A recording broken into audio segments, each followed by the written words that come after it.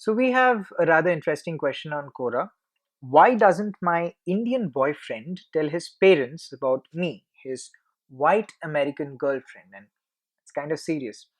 So, dear American white girl, allow me to begin by saying that this probably has very little or nothing to do with the fact that you're white or the fact that you're American. Indian men have had a long standing communication gap. Actually, this is more of a cultural gap now that I think about it. When it comes to conversations with their parents with respect to topics such as love, romance, sexual relationships, or anything taboo like smoking or sex, anything other than charity, spirituality, career, education, or just plain old gossip at times. And the idea of being honest with your parents on these subjects does not appeal to Indian men particularly. At least that's the case with the majority, because A, they're either scared about how their parents might react to these conversations, or B, they're just plain worried about their perceptions changing. And perceptions for Indian men from parents are generally sought on the lines of how disciplined an Indian boy is, how dedicated an Indian boy is towards his or her career, towards his or her academics, never about romance, never about love, never about sexual relationships, which is kind of sad, which is it's just plain stupid, because love happens to be one of the best emotions that a human being can experience, in my opinion. Which brings us to the next part of this answer, which is directed towards the gentleman in concern, your boyfriend. Dear sir, I am a 20 something Indian man. I think I'm around 26. I dropped out of college in 2008 to pursue my aspirations in other dimensions, such as writing or music and doing videos like this.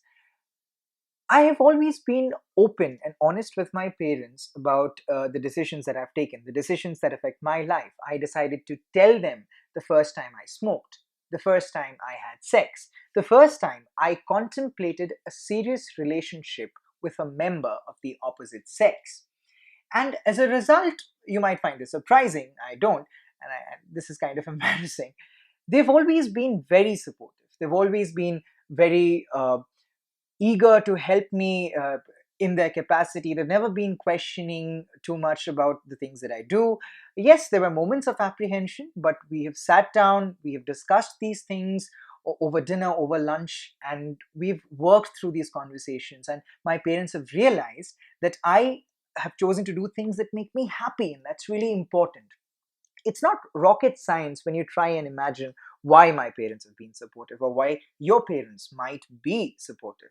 It's because our parents are programmed to love us, naturally programmed. And I'm not just making this stuff up. They're the only two people on this planet whom you can approach with anything and everything and expect them to understand before your friends, before your better half, before anybody else that you know. And if you're not honest with your parents, you don't really respect them. That's what I believe. That's really my opinion here. And if there's anything that comes in the way of your honesty with your parents, it's a weakness, and you must get rid of it. So this is my advice to you, dear sir. Just go for it.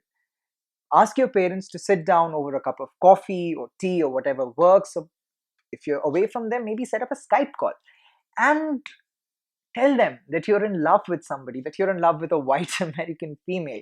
I'm sure if you're in love with somebody outside your ethnicity, I've been in relationships with women of various ethnicities and cultures, and I hardly think that matters. But if you love a white American female, you must have your reasons for doing so.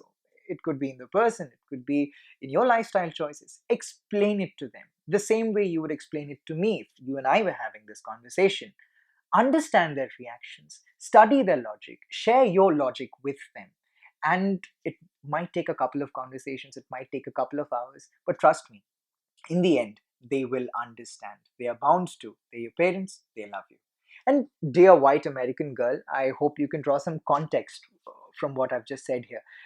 This problem that you have going on here has very little to do with you. It's more to do with him and his ideas, his falsely driven ideas about respect and culture that need to be abolished. And I sincerely believe that the solution to your question lies in his courage. Once we find that, we will not have to ask this question a second time. We will have found a definitive answer. I hope that helps. Thank you, dear white American girl. I hope you've enjoyed that answer or at least found that helpful. This is Shomprakash Sinha Roy on behalf of the YouTube channel Ninjaji. You might remember us as the people who tried to sell sanitary napkins, who've tried to run a magazine called Alpha Digest, or me as the author of weird books like 21 Things About Romance. Nevertheless, we thought we wanted to do something new, so we came up with the first QLOG. This was a QLOG. It's nothing but a vlog response to a Quora question because we thought it would be much more fun to watch a Quora answer rather than just read through. If you like the concept and if you want us to do more of these, please upvote the Quora response. Please share this video with your friends on your social media timelines, Facebook, Twitter, heck, even LinkedIn, possibly Quora. And don't forget to comment, share the basics.